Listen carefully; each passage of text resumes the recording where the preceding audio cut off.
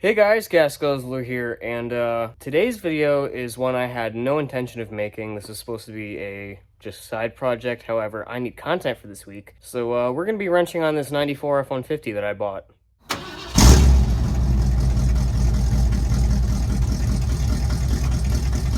So I work on a farm, and I've been needing a work truck because I really don't want to destroy my blue truck getting in and out of it with disgusting pants and this and that. So I found this 94 F-150 for 500 bucks. Now you may be wondering, why did I buy a truck that's all beat up? It has dents everywhere and it's got a lot of rust. Well, one, because I'm stupid, and two, because this truck really isn't that bad. I mean, it's got a little bit of rust here and there in the cab corners and in the bed, but honestly, it's really not that bad. The underside is very clean. The cab is honestly much cleaner than my old blue truck was. And it is a 4.9 with 166,000 miles. It's a 4x4 with the handling package, so she's got dual front shocks. The inside is gorgeous. Yeah, it's really dirty, but I mean, there's really nothing wrong with it.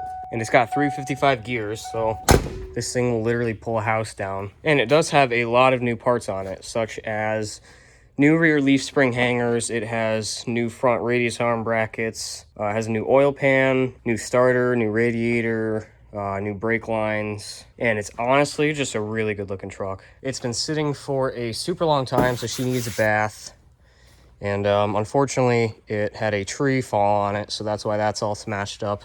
And this, I'm not even sure how that happened, but you know, she's got some battle scars. It needs a new alternator because it had a plow on it and it unfortunately fried it, so it's no good. It also needs a rear ABS sensor, speed sensor thing, because the transmission shift's kind of funny. Now, I started taking out the alternator, and as in typical fashion, it snapped the bottom bolt. So a very small and quick project turned into a nightmare, because now I have to pull off the fender because I have to take the whole accessory bracket off and replace it. Yeah, it was supposed to be a nice quick project, but that kind of went out the window. And you know what, it sucks because these body lines are like perfect. I don't want to screw that up, but oh well, I gotta do what you gotta do. Well, first I'm gonna start by ripping off the bumper, the valance, and the headlights and stuff, and just stripping the whole front end so we can actually get the fender off and also take off everything in here. Okay, so from my past experience, this is gonna be so fun.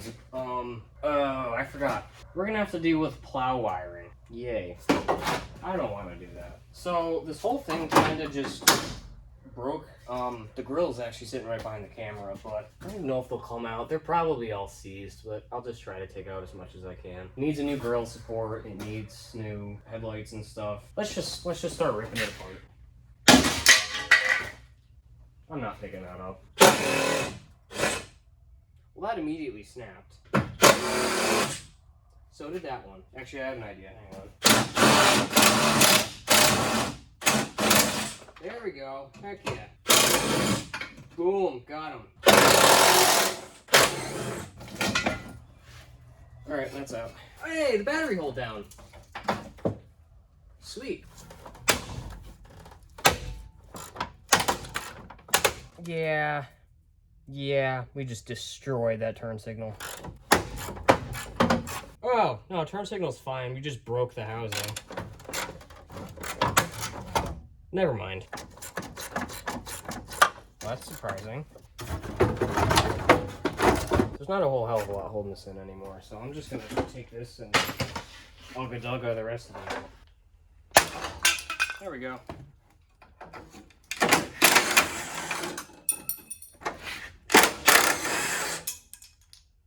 I almost just got hit in the face.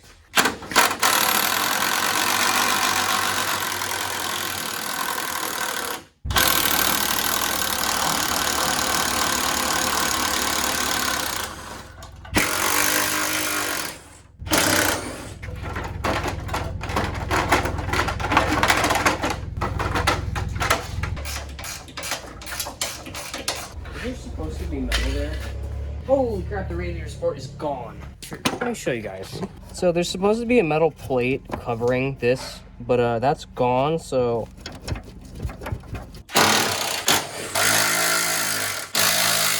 why is that loose? What?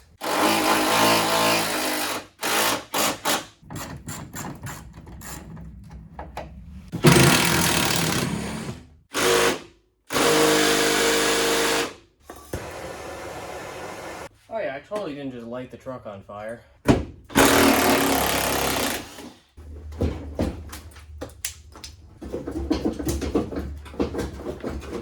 Well, we have a couple options. I might just shorten them, honestly, because this is annoying. Or I could just drop the bumper, because I got to do that anyway to take the plow frame off. I took one look underneath, and I'm pretty sure that they use lug nuts to bolt the bumper on, so we're just going to shorten these.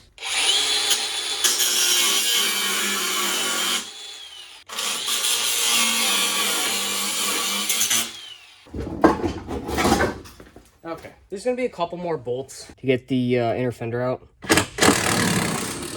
Okay, so it's been a little while. I got everything out. First, we got to try to take off that smog pump because the bolts to take the accessory bracket off are behind that. This is definitely going to be a process, and I don't even know if I can get to that bolt right there. I might have to take the pulley off, but we'll see. All right, so I just got the evap canister bracket off. My hands are insanely sore right now. This is starting to become a lot more complex than I thought it would be. So I think I'm just going to do some work off camera. So a bit of an update on how it's going. I got the top bolt out for the accessory bracket, and I snapped the bolt off for the smog pump, and it was also full of stuff, so it was no good anyway. But that left me with no choice but to beat everything with a sledgehammer, which gave me access to the other bolts for the accessory bracket. So probably gonna do the same to the smog pump. All right, so I got all the accessories off. Now I just have 3 more bolts, and then it'll come right off. There's number 1. That hurt really bad. My finger hurts like hell, and I don't know what size the bottom one is. All right, all the bolts are out. It still doesn't want to come out, so we're just gonna persuade it. Unless I'm missing a bolt. I'm sorry, what? So, it's been a little while. It's dark out now. My friend came over, and we kind of just did some small stuff to the truck. All of the fuel tank vapor lines were rusted clean off, so I cut them right where they start on the frame rail and sourced a nice clean one off of another frame, and I'm just going to rubber line that to connect it back up. I got the accessory bracket off, and I got that little piece off that was seized on here, put in a new stud. The 4.9 that I blew up in the last video, it's out over here. I took a bunch of parts off of it. I took the bracket and stuff, and I'm probably going to be taking the exhaust manifolds too, because all the bolts are good and everything came off. So this thing has a lot of good parts on it, which I'm probably going to keep just in case I need them for that truck. But yeah, I got the bracket off. I got the smog pump off even, and the alternator, all of which are in excellent shape. So I'm going to be installing all those parts on this truck. I am going to put anti-seize on all of the bolts before I go put them back in, because, you know, if we got to do this again, that's going to be a pain in the butt. I am going to absolutely coat the hell out of everything with anti-seize, because something I've learned is steel and aluminum do not mix together very well. And this is all steel hardware in an aluminum bracket, and you combine the two, you are in deep crap. So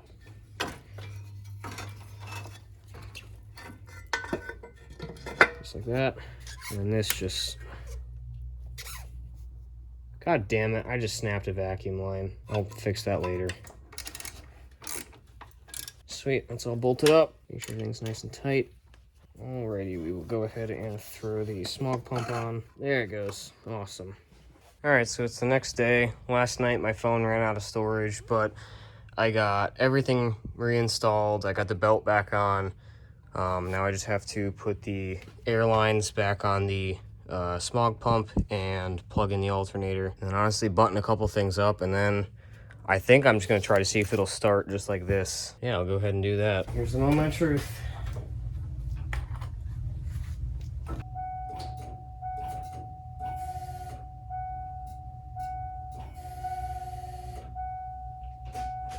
Well, we have a couple ground problems because the right turn signal kicks on the fuel pump, but it's fine. Let's just see if it starts. I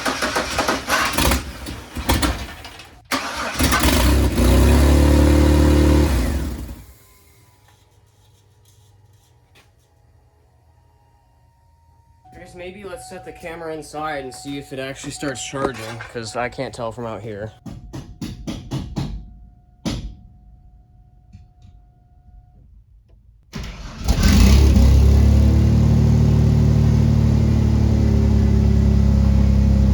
So, for whatever reason, the battery indicator is still on, however, it is charging. So that's a little strange. Honestly, it might actually be that bottom connector on the alternator because I believe we melted it. So I'm assuming this is the wire for the gauge, and that could have gotten fried. Oh yeah, I forgot to tighten that, whoops. Well, I guess now it's reassembly time, and we can mess with that wire later and try to figure that out.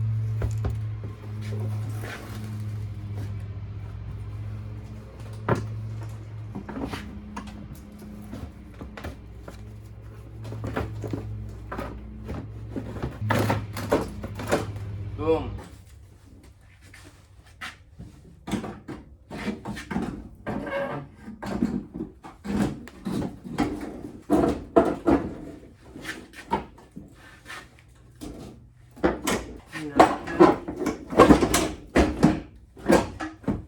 Alright, that's on.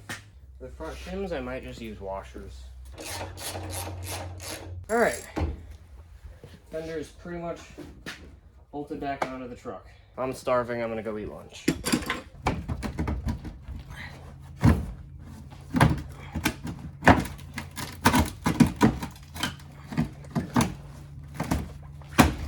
So apparently the solar eclipse is happening right now. I honestly don't care.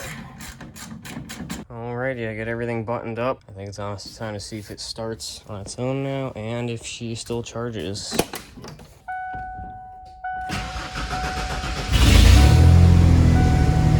There she goes. Heck yeah. No way. So I've ran into this once with my old truck. I haven't seen it again. Take a look at that spark plug right there. See how it's wiggling? Apparently on these trucks, the spark plugs come loose. I don't know why or how, but they do. And that's one right there. So go ahead and tighten that. We might need a new fan clutch. That's pretty bad. Oh yeah, look at that. All right, so it's the next day again. I got everything back together. I got the whole front end back on. And I think now it's honestly time to take it for its first test drive. So the only thing I didn't do is I did not replace the rear axle speed sensor. I just want to see how it shifts first without replacing that. I do know that the speedo does jump a little bit, but yeah, I guess let me hit my head mount and we can go for a drive. Boy, the neighbors are gonna love me because this thing is open headers again. Oh yeah, and this is my key. So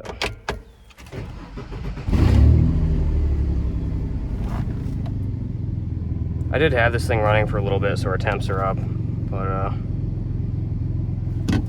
not bad. It does have a check engine light once you start driving it, but I mean, that looking at the engine, I wouldn't be surprised.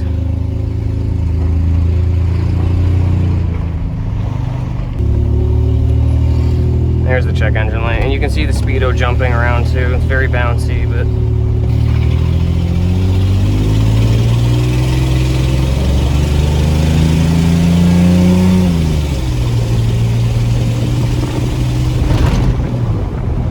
I don't see anything wrong with the transmission, honestly.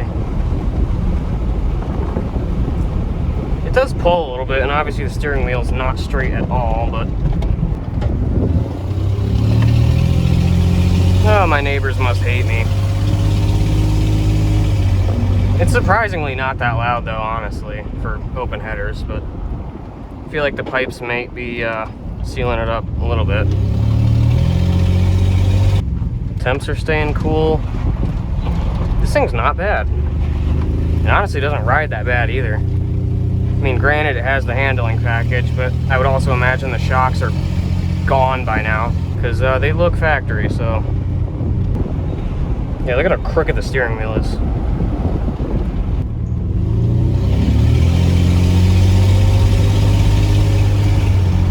Yeah, she shifts fine. I don't know what that guy was telling me when I bought it, but...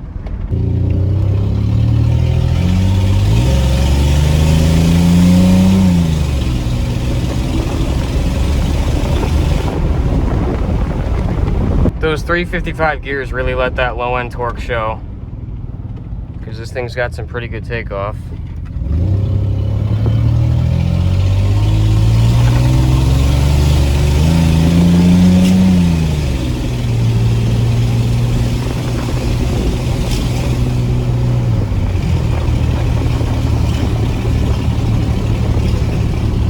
Overdrive light's not flashing either. I literally don't think there's anything wrong with this transmission. So, got good oil pressure, the temps are staying cool, it's charging. I literally don't see anything wrong with this. Something is rattling like hell over there.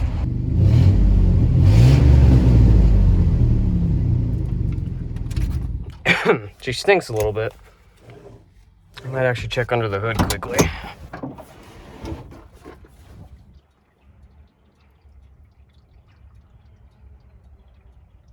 No, she looks fine.